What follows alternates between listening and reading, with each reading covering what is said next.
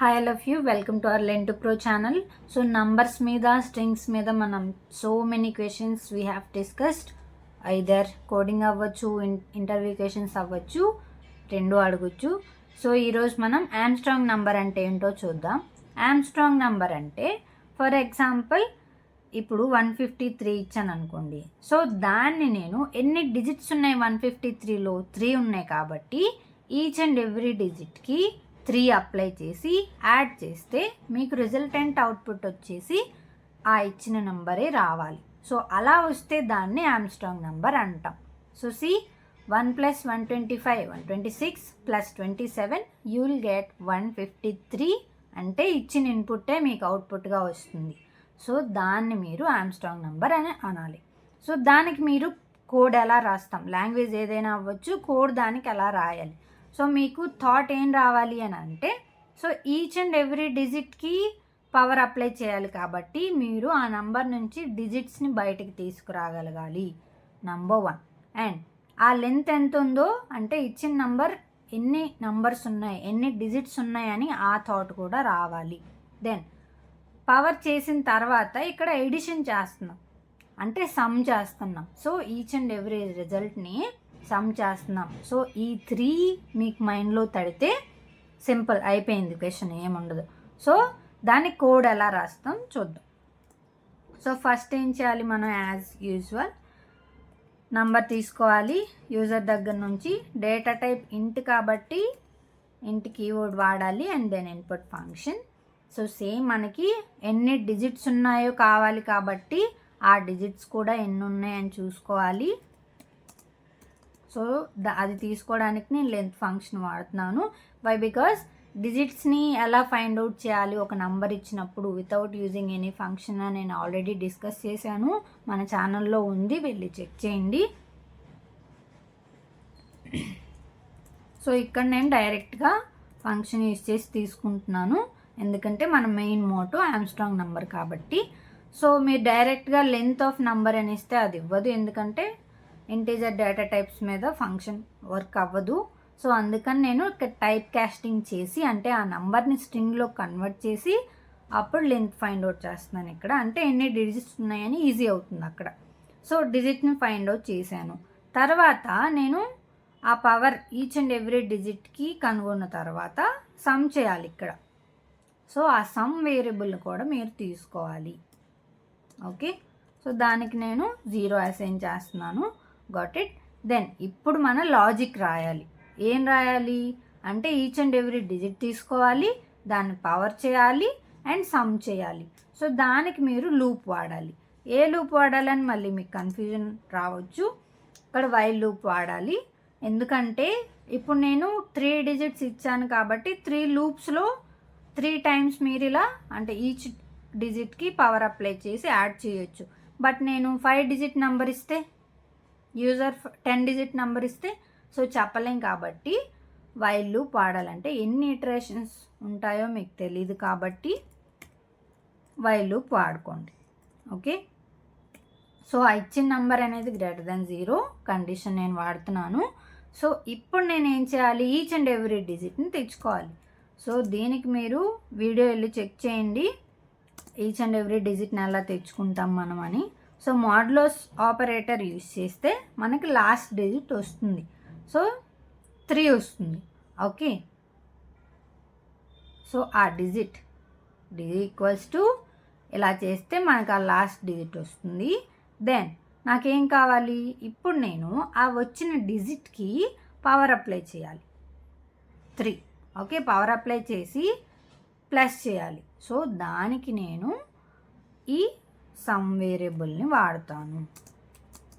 అంటే ఆ digit power వాడడానికి 2 మల్టిప్లికేషన్ సింబల్స్ వాడాలి, ఆస్ట్రిక్ సింబల్స్. దెన్ ఎన్ని డిజిట్స్ ఉన్నాయో అది మనం ఇక్కడ ఇవ్వాలి. మనం ఆల్రెడీ డిజిట్స్ ఇక్కడ తీసుకున్నాం కాబట్టి ఆ డిజిట్స్ ఇక్కడ వాడుకోండి, ప్లస్ సమ్. ఓకే, దెన్ తర్వాత ఏ డిజిట్ కావాలి మీకు, నెక్స్ట్ డిజిట్ అంటే 5 రావాలి. సో దానికి మీరు ఫ్లోర్ డివిజన్ వాడాలి.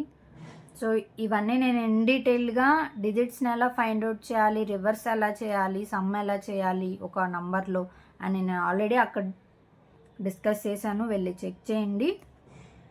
సో ఇప్పుడు మనకి ఆ నంబర్ నుంచి సెకండ్ డిజిట్ కావాలి కాబట్టి ఫ్లోర్ డివిజన్ వాడాలి విత్ 10 సేమ్. ఓకే, తర్వాత అంటే ఈచ్ అండ్ ఎవ్రీ ఇటరేషన్కి అది వర్కౌట్ అవుతుంది.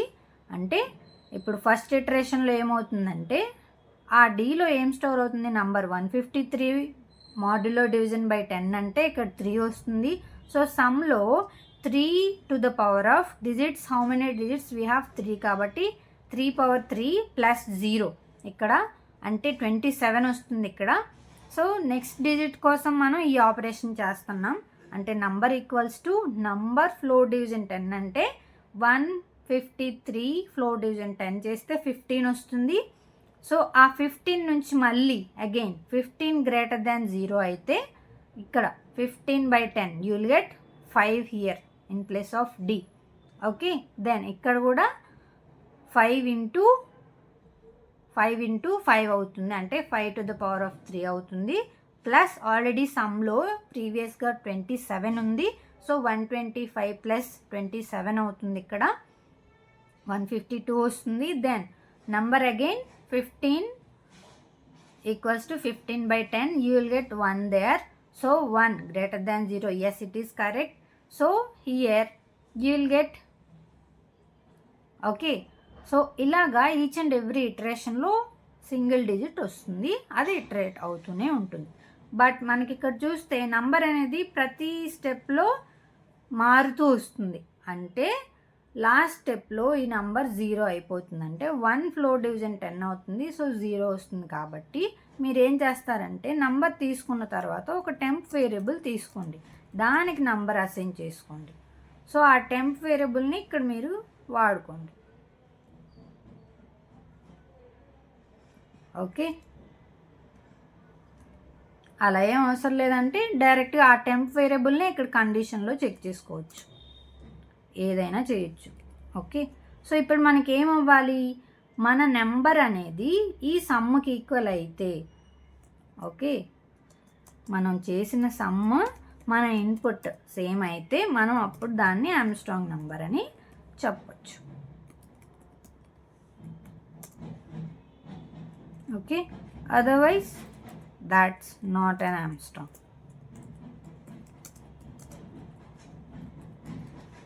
Got it? సో ఇప్పుడు మనం దీన్ని రన్ చేస్తే let's make it as comment. So I'm running the code.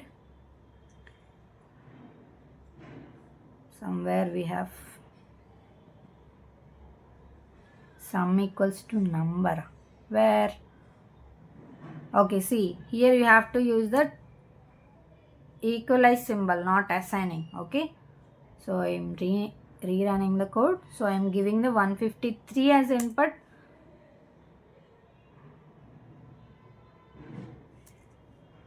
Okay,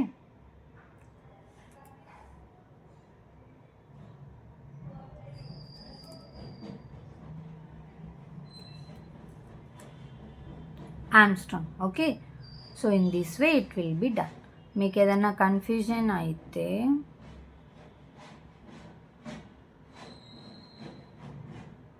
Python ఐడిలో check చేసుకోండి, నేను అది డిస్క్రిప్షన్లో లింక్ ఇస్తాను. ఓకే, ఈ వెబ్సైట్ లింక్ ఇస్తాను నేను, వెళ్ళి చెక్ చేసుకోండి. అంటే ఈచ్ అండ్ ఎవ్రీ స్టెప్ ఎలా వర్క్ అవుతుంది అని చెక్ చేసుకోవడానికి ఇక్కడ మీకు క్లారిటీగా ఉంటుంది. ఓకే, సో see, ఇది నా code. It is asking the input 153 I am giving, submit, then you will easily understood.